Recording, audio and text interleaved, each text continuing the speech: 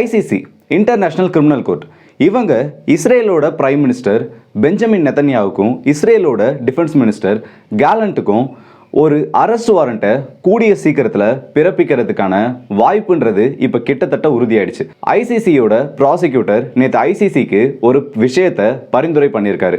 இஸ்ரேலோட defence minister, இஸ்ரேலோட prime minister இவங்க எல்லாருமே பல போர் குற்றங்களை, அது மட்டும் இல்லாமல் பல மனித உரிமை மீறல்களை இந்த காசா பகுதியில் பண்ணியிருக்காங்க. அது மட்டும் இல்லாமல் ஹமாஸோட முக்கியமான பல அதிகாரிகளும் இதே குற்றத்தை பண்ணியிருக்காங்க. அதனால ஹமாஸை சேர்ந்த ஒரு சில நபர்களுக்கும் இஸ்ரேலோட இந்த 2 முக்கியமான நபர்களுக்கும் நம்ம அரெஸ்ட் வாரண்ட்டை கொடுக்கணும்னு சொல்லிட்டு ஒரு முக்கியமான அறிவிப்பை வெளியிட்டிருக்காங்க. இப்படி ஒரு அறிவிப்பானது ஐசிசில இருந்து வந்ததுதான். உடனே அமெரிக்கா இஸ்ரேல் அப்படிலாம் பண்ணக்கூடாது, இஸ்ரேலுக்கு இந்த மாதிரி ஒரு முடிவை நீங்க கொடுக்க கூடாதுன்னு சொல்லிட்டு ஐசிசிக்கு எதிராக பேச ஆரம்பிச்சிட்டாங்க. இதுவாச்சும் பரவாயில்ல, இஸ்ரேல் ஒரு படி மேலே போயிட்டு என்ன தெரியுமா பண்ணிட்டாங்க, நீங்க எங்களோட பிரைம் மினிஸ்டர் மேல ஒரு அரெஸ்ட் வாரண்ட்டை கொடுத்தீங்கன்னா உங்க மேல நாங்க பொருளாதார தடைகளை போடுவோம், உங்களை வாண்டட் லிஸ்ட்ல கொண்டு வருவோன்ற அளவுக்கு பேச ஆரம்பிச்சிட்டாங்க. இது எல்லாத்தோட ரொம்பவே ஒரு முக்கியமான விஷயம், எப்ராஹிம் ரைசி அவர்கள், ஈரானோட பிரசிடென்ட், ஒரு ஹெலிகாப்டர் கிராஷ்ல இறந்துட்டாங்க. ஈரானோட ஃபாரின் மினிஸ்டரும் இறந்துட்டாங்க. அதுல அந்த ஹெலிகாப்டர் கிராஷ்ல அந்த பயணம் பண்ண அந்த ஹெலிகாப்டர்ல முக்கியமான இந்த எமர்ஜென்சி சிக்னல் டிவைசஸ்ன்றது ஒர்க் ஆகாம போயிருக்கலாம்னு சொல்லிட்டு துருக்கி இப்போ ஒரு அறிவிப்பு கொடுத்துருக்காங்க. அதே மாதிரி இப்போ இதில் ஒரு பெரிய திருப்பமா ஈரானோட சுப்ரீம் லீடர் தான் இந்த எப்ராஹிம் ரைசியோட மறைவுக்கு பின்னாடி இருப்பாங்கன்ற மாதிரியும் ஈரான்லேயே நிறைய பேர் இப்போ பேச ஆரம்பிச்சிருக்காங்க. இது எல்லாத்தையுமே இந்த பதிவில் டீட்டெயிலாக பார்த்துலாம். ஸோ வாங்க வீடியோக்குள்ள போயிடலாம். நானும் உங்கள் எல்லாருக்கே தமிழ் பொக்கிஷன் வழங்கும் டிபி ட்ரெண்டிங்ஸ்.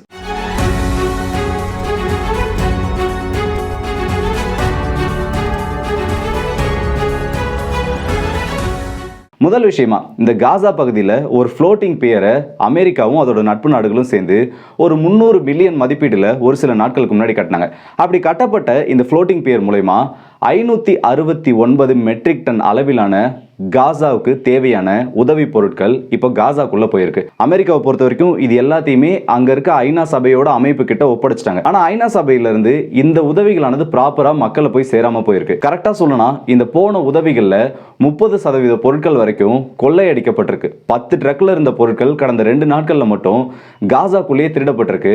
இதுக்கு ஐநா சபை என்ன சொல்றாங்கன்னா, ஹமாஸ் அமைப்பினர் தான் நிறைய பேர் இப்படி மக்களுக்கு போய் சேர வேண்டிய பொருட்களை இல்லீகலா திருடுறாங்க, அவங்களோட ஆர்கனைசேஷனை வலுப்படுத்துறதுக்கும், ஏன்னா இப்போ காசா ஸ்ட்ரிப்குள்ள எந்த ஒரு உதவியுமே போறதில்ல, அதனால அவங்களோட சர்வைவல்காக மக்களை வஞ்சிச்சுட்டு இப்படி மக்களுக்கு போக வேண்டிய உதவிகளை அவங்க திருடிட்டு போறாங்கன்னு சொல்லிட்டு ஹமாஸ் மேலே இப்போ ஒரு பெரிய குற்றச்சாட்டானது வைக்கப்பட்டிருக்கு. அதே டைம்ல ஹமாஸ் இதுக்கு பதிலுக்கு என்ன சொல்லியிருக்காங்கன்னா, ஐநா சபை இந்த இடத்துல போய் சொல்றாங்க, அமெரிக்கா கிட்ட இருந்து உதவிகள்லாம் இந்த அளவுக்கு வரவே இல்லை, அப்படியே வந்தாலும் ஐநா சபையில இருந்து ப்ராப்பரா அந்த உதவிகளானது பொதுமக்களுக்கு பிரிச்சு கொடுக்கப்படுறதில்ல, அவங்க எங்க மேல வைக்கிறது எல்லாமே ஒரு ஃபேக் அலிகேஷன்ஸ் தான் சொல்லிட்டு இதுக்கு ஹமாஸும் பதில் சொல்லியிருக்காங்க. அடுத்ததா இந்த ஈரான் சம்பந்தப்பட்ட முக்கியமான விஷயம் தான். ஈரானோட முன்னாள் கிரவுன் பிரின்ஸ் அவர் இப்ப நாடு கடத்திட்டாங்க. அவர் இப்ப என்ன சொல்லியிருக்காருன்னா, இப்ராஹிம் ரைசியோட மறைவுக்கு ஈரானியர்கள் யாருமே வருத்தப்படல, அதுக்கு பதிலா ஈரானியர்கள் எல்லாமே இவரோட மறைவை கொண்டாடிட்டு இருக்காங்க. ஒரு பெரிய சர்வாதிகாரிய ஈரான் இன்னைக்கு பறிகொடுத்ததுன்னு சொல்றதை விட ஒரு பெரிய சர்வாதிகாரி கிட்ட இருந்து ஈரான் இன்னைக்கு விடுதலை அடைஞ்சிருக்குன்னே சொல்லலாம். அது மட்டும் இல்லாமல் இவரோட இழப்புன்றது ஈரானியர்களுக்கு பெரிய ஒரு துன்பம்லாம் கிடையாது, அவங்க எல்லாருமே சந்தோஷமா இருக்காங்க. ஏன்னா அந்த அளவுக்கு பிரச்சனைகளை, அந்த அளவுக்கு கொடுமைகளை இவர் ஈரானுக்குள்ள பண்ணியிருக்காரு. இவரால் தண்டிக்கப்பட்டவங்க, இவரால் கொலை செய்யப்பட்டவங்கன்னு சொல்லிட்டு ஆயிரக்கணக்கான நபர்கள் இருக்காங்க. அவங்களோட குடும்பம் எல்லாம் இன்னைக்கு சந்தோஷமா இருக்குன்னு சொல்லிட்டு இவருக்கு எதிரான ஒரு பெரிய ஸ்டேட்மெண்ட்டை கொடுத்துருக்காரு. அது மட்டும் இல்லாமல் இப்போ ஈரான்ல என்ன ஒரு கருத்தானது பெருசாக நிலவுதுன்னா, ஈரானோட சுப்ரீம் லீடர் அயத்துல்லா கமீனி அவர்கள், அவருக்கு அடுத்தபடியா பவருக்கு வர வேண்டியவர் இவர் தான். அதனால அவரோட ஆதரவாளர்கள் இல்ல அவரோட ஒரு சூழ்ச்சியால கூட இவரோட மரணம் ஏற்பட்டிருக்கலாம்னு சொல்றாங்க. இதை இன்னும் உறுதிப்படுத்துற மாதிரி அடுத்த ஈரானோட பிரசிடென்டா இவரோட மகனான 54 வயதான மொஜ்தபா கமீனி தான் அடுத்த ஈரானோட பிரசிடென்டா வரப்போறாருன்னு சொல்லிட்டோம் ஈரான்ல இருந்து வரக்கூடிய சோர்சஸ் சொல்லுது.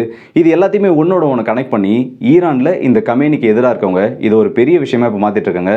இது உண்மையா இருக்கிறதுக்கான வாய்ப்பு இருக்கா, இது உண்மையா இருக்குமான்ற முடிவை நான் உங்ககிட்ட விட்டுறேன், அதை நீங்க தான் கமெண்ட்ஸ்ல சொல்ல போறீங்க. அடுத்த விஷயம், இன்னைக்கு இந்தியா முழுக்க துக்கமானது அனுசரிக்கப்படுது இந்த மறைந்த எப்ராஹிம் ரைசி அவர்களுக்காக.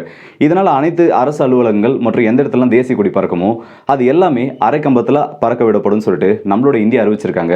அது மட்டும் இல்லாமல் ஈரான் முழுக்க ஒரு 5 நாள் வரைக்கும் துக்கமானது அனுசரிக்கப்படும் சொல்லியிருக்காங்க. அடுத்து நம்ம பார்க்க போறது இந்த ஐசிசியோட அரெஸ்ட் வாரண்ட் தான். இந்த ஐசிசியை பொறுத்த வரைக்கும் இப்போ ஐநா சபைக்கு கீழே இருக்கிறதுல இல்ல உலகத்தில் இருக்கிறதுலே ஒரு முக்கியமான அமைப்பு.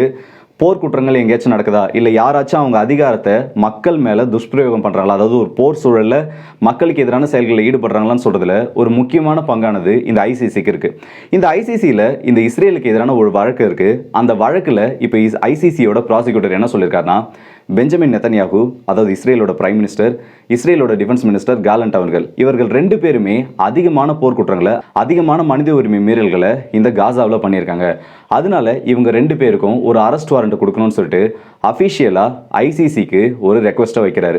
இவர் இப்படி வச்சதுக்கு முக்கியமான காரணமே இவ்வளவு நாளா இவர்கள் மீதான விசாரணையானது நடந்துட்டு இருக்கு. இவங்க 2 பேர் மேல மட்டும் இல்ல, ஹமாஸோட முக்கியமான சில தலைவர்கள் மேலேயும் இதே அரெஸ்ட் வாரண்ட்டை பிறப்பிக்கணும்னு சொல்லிட்டு இவர் ஒரு ரெக்வஸ்ட்டை வச்சிருக்காரு. ஃபார்மலா இந்த ரெக்வஸ்ட் ஆனதுக்கு வச்சதுக்கு அப்புறம் அடுத்தது ஐசிசி என்ன பண்ணுவாங்கன்னா, இந்த ரெக்வஸ்ட் ஆனது அப்படியே ப்ரீ ட்ரையல் சேம்பர்னு சொல்லுவாங்க, பிடிசிக்கு மூவ் ஆகும். இப்படி பிடிசிக்கு மூவ் ஆனதுக்கு அப்புறமா இந்த எவிடன்ஸ் எல்லாத்தையும் செக் பண்ணுவாங்க. ஏன்னா ப்ராசிக்யூட்டர் கிட்ட இருந்து வரப்பவே ப்ராப்பரான எவிடன்ஸ், இவங்க இவ்வளவு பிரச்சனைகளை பண்ணியிருக்காங்கன்னு சொல்லிட்டு ப்ராப்பரான எவிடன்ஸ் இருந்தால் மட்டும்தான் அதை பிடிசிக்கு மாற்றுவாங்க. இப்படி பிடிசிக்கு வந்ததுக்கு அப்புறமா திரும்ப ஒரு தடவை அதை ரீவெரிஃபை பண்ணுவாங்க. ரீவெரிஃபை பண்ணிட்டு இந்த கேஸோட தன்மை ஆராய்வாங்க. இது ரொம்பவே ஒரு முக்கியமான கேஸா, இந்த கேஸோட கரண்ட் ஸ்டேட்டஸ் என்ன இருக்கு, இன்னும் அந்த பிரச்சனை அந்த இடத்துல நடந்துட்டு இருக்கான்னு சொல்லிட்டு அதோட தன்மை ஆராய்ஞ்சிட்டு இதோட சிவியரிட்டியை பார்ப்பாங்க. இதோட சிவியர்னஸ் கம்மியாக இருந்துச்சுன்னா ஃபர்ஸ்ட் அந்த பர்சனை அப்பியர் ஆக சொல்லுவாங்க.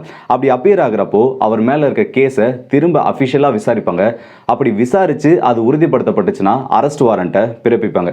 இது முதல் சினாரியோ. 2வது சினாரியோ என்னன்னா, எவிடன்ஸ் ஆனது தேவையான அளவு இருந்துச்சுன்னா, இவர் குற்றம் பண்ணியிருக்காரு, இவர் இதெல்லாம் பண்ணியிருக்காருன்னு சொல்லிட்டு எக்ஸாக்ட் எவிடன்ஸோட இந்த ப்ராசிக்யூட்டர் இவங்க கிட்ட சப்மிட் பண்ணியிருந்தாருன்னா எடுத்த உடனே இவர் மேல அரெஸ்ட் வாரண்ட்டை இந்த ப்ரீ ட்ரையல் சேம்பர்ன்றது பிறப்பிச்சிடும். சரி, இப்படி அரெஸ்ட் வாரண்ட் கொடுத்துட்டானா அந்த நாட்டோட அதிகாரிகளுக்கு என்ன பிரச்சனைகள் ஏற்படும், இல்லை இதன் மூலயமா அவங்களால என்ன செஞ்சிட முடியும்னு கேட்டிங்கன்னா, அவங்க எல்லாருமே ரெஸ்ட்ரிக்ட் செய்யப்படுவாங்க.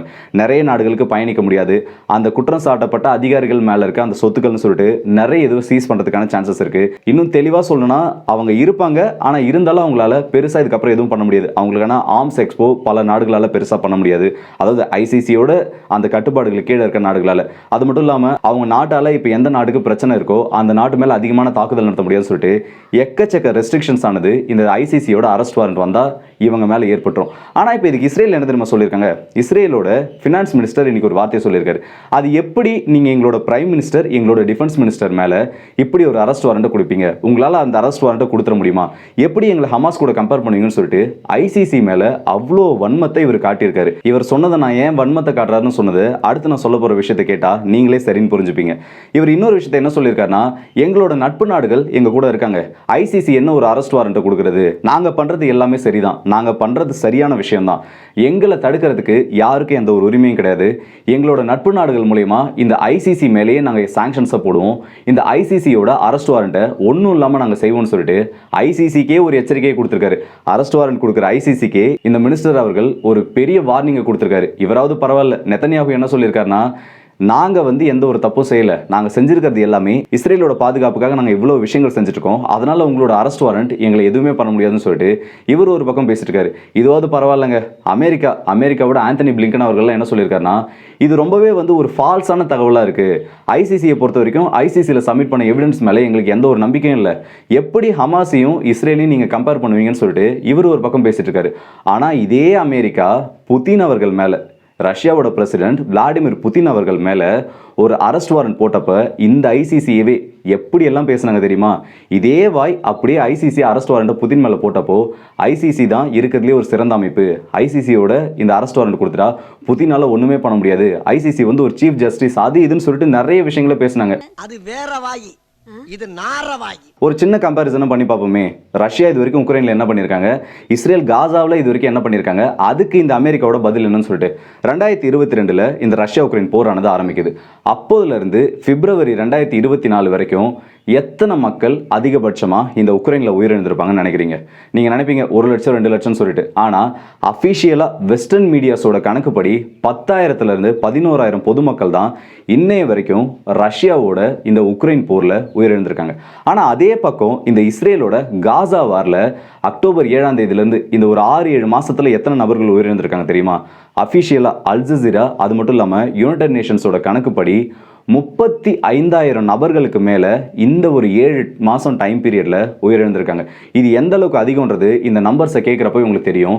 அதுலேயும் இந்த 35,000 நபர்களில் 19,000 நபர்கள் 18 வயசுக்கு கீழே இருக்க குழந்தைகள், அதாவது அந்த 18 வயசுலேருந்து அந்த வயசுக்கு கீழே இருக்க குழந்தைகள் தான் அதிகமான எண்ணிக்கையில் உயிரிழந்திருக்காங்க. இஸ்ரேல் என்ன சொல்லுவாங்கன்னா, நாங்கள் ஹமாஸையும் ஹமாஸ் சப்போர்ட்டர்ஸ் தான் அடிக்கிறோம்னு சொல்லுவாங்க. இந்த 18 வயசு கீழே இருக்க குழந்தைகள்ல எத்தனை பேர் ஹமாஸ் சப்போர்ட்டர்ஸ்னு எனக்கு தெரியல. சரி, இது முதல் விஷயமாச்சா. அடுத்ததா ஐசிசியோட அடுத்த ஒரு ரூல்ஸ் என்ன சொல்லுதுன்னா, முதல்ல வந்து உயிரிழப்புகள் ஏற்படுறது, ரெண்டாவது சிவிலியன் ப்ராப்பர்ட்டிக்கு டேமேஜ் அதிகமாக வேணும்னே சொல்லிட்டு சிவிலியன் டார்கெட்ஸ் அடிக்கிறது ஐசிசியோட ரூல்ஸ்க்கு எதிரானது. அந்த கணக்கின் படி பார்த்தோன்னா இந்த 2.5 வருஷத்துல ரஷ்யா 9 லட்சத்துல இருந்து 11 லட்சம் வீடுகளை டேமேஜ் பண்ணியிருக்காங்க, அழிச்சிருக்காங்க. இதுதான் அபிஷியலான கணக்கு. வெஸ்டர்ன் மீடியாஸ்ல எல்லாத்துலயுமே சொல்லப்பட்ட கணக்கு ரஷ்யாவுக்கு எதிராக. ஆனா இந்த இடத்துல காசாவில் இந்த 7 மாசத்துல மட்டும் 4,30,000க்கும் அதிகமான குடியிருப்புகளை இஸ்ரேல் அழிச்சிருக்காங்க துல்லிய தாக்குதல் மூலியமா. ரஷ்யா தானே இந்த இடத்துல அதிகமாக அடிச்சிருக்காங்க, அப்புறம் எப்படி இஸ்ரேல் இந்த இடத்துல அதிகமாக அடிச்ச கணக்கு வரும்னா, காசான்ற இடம் ரொம்பவே ஒரு சின்ன இடம், ரொம்ப ரொம்ப ரொம்ப ஒரு குட்டியான இடம். ஒரு கம்பேரிசனுக்கு சொல்லணும்னா, இப்போ கார்கிவ்ல கடைசியாக ஒரு 9 கிராமங்களை பிடிச்சாங்கல்ல ரஷ்யா, அந்த கிராமங்களோட அளவில் பாதி தான் இருக்கும். அந்த 9 கிராமங்களையும் சேர்த்தா எந்த அளவுக்கு அளவு வருமோ அதில் பாதி மட்டும்தான் இந்த ஒட்டுமொத்த காசான்றது. அந்த இடத்துல ஏற்பட்ட இழப்புகளை விட இந்த இடத்துல ஏற்படக்கூடிய இழப்புகள் அதிகம். அது மட்டும் இல்லாமல் இது எல்லாமே வெறும் 7 மாசத்துல நடந்திருக்கு, அந்த இடத்துல 2.5 வருஷத்துல நடந்திருக்கு. அது சரின்னு நான் சொல்லலை, ரஷ்யா பண்ணது, ரஷ்யா இந்த அளவுக்கு அழிச்சது நான் சரின்னு சொல்லவே இல்லை. ஆனால் அவர் மேலே ஐசிசி ஒரு வாரண்ட்டை போட்டப்போ, அவருக்கு ஒரு அரெஸ்ட் வாரண்ட்டை போட்டப்போ அதை கைத்தட்டி வரவேற்ற அமெரிக்கா ஏன் இஸ்ரேல் விஷயத்தில் இப்படி பின்னாடி நிற்கிறாங்க? ஐசிசியே தப்புன்னு சொல்கிற அளவுக்கு கீழே இறங்கிட்டாங்களே, அப்போ இந்த இடத்துல யார் தான் நியூட்ரலாக இருக்காங்க? ஒருத்தவங்க உங்களுக்கு சப்போர்ட்டாக இருக்கவங்க எது செஞ்சாலும் சரி, ஆனால் அதுவே உங்களுக்கு பிடிக்காத ஒருத்தவங்க இல்லை உங்களுக்கு எதிராக இருக்க ஒருத்தவங்க சின்னதாக எதனா பண்ணாலும் பெரிய தப்பு. இந்த இடத்துல இந்த ஸ்டாண்ட் அமெரிக்கா மாற்றுற வரைக்கும் இந்த காசா வார்ன்றது நிற்கவே நிற்காது. ஸோ இந்த வீடியோட எனக்கு வந்துட்டோம். இந்த வீடியோவில் நான் பார்க்க வந்த அப்டேட்ஸ் இவ்வளோ தான். இந்த வீடியோ பற்றி உங்களோட கருத்துக்களை கமெண்ட் செக்ஷனில் சொல்லுங்கள். இதில் நிறைய விஷயங்களை பார்த்துருப்போம். இந்த ஹெலிகாப்டர் கிராஷ் சம்மந்தமாக துருக்கி சொன்ன விஷயம், இல்லை ஈரானே தான் இந்த பிரசிடென்ட்டோட டெத்து காரணமாக இருப்பாங்களும் நிறைய விஷயம் பார்த்துருப்போம். இதை பற்றி நீங்கள் என்ன நினைக்கிறீங்கன்றதை மறக்காமல் கமெண்ட் செக்ஷனில் சொல்லுங்கள். குறிப்பாக ஐசிசியை பற்றி, அமெரிக்காவோட இந்த டபுள் ஸ்டாண்டர்டை பற்றி மறக்காமல் சொல்லுங்கள். அடுத்த வீடியோ சந்திப்போம். அதுவரை உங்களிடம் விடைபெறுவது உங்கள் ஆர்கே.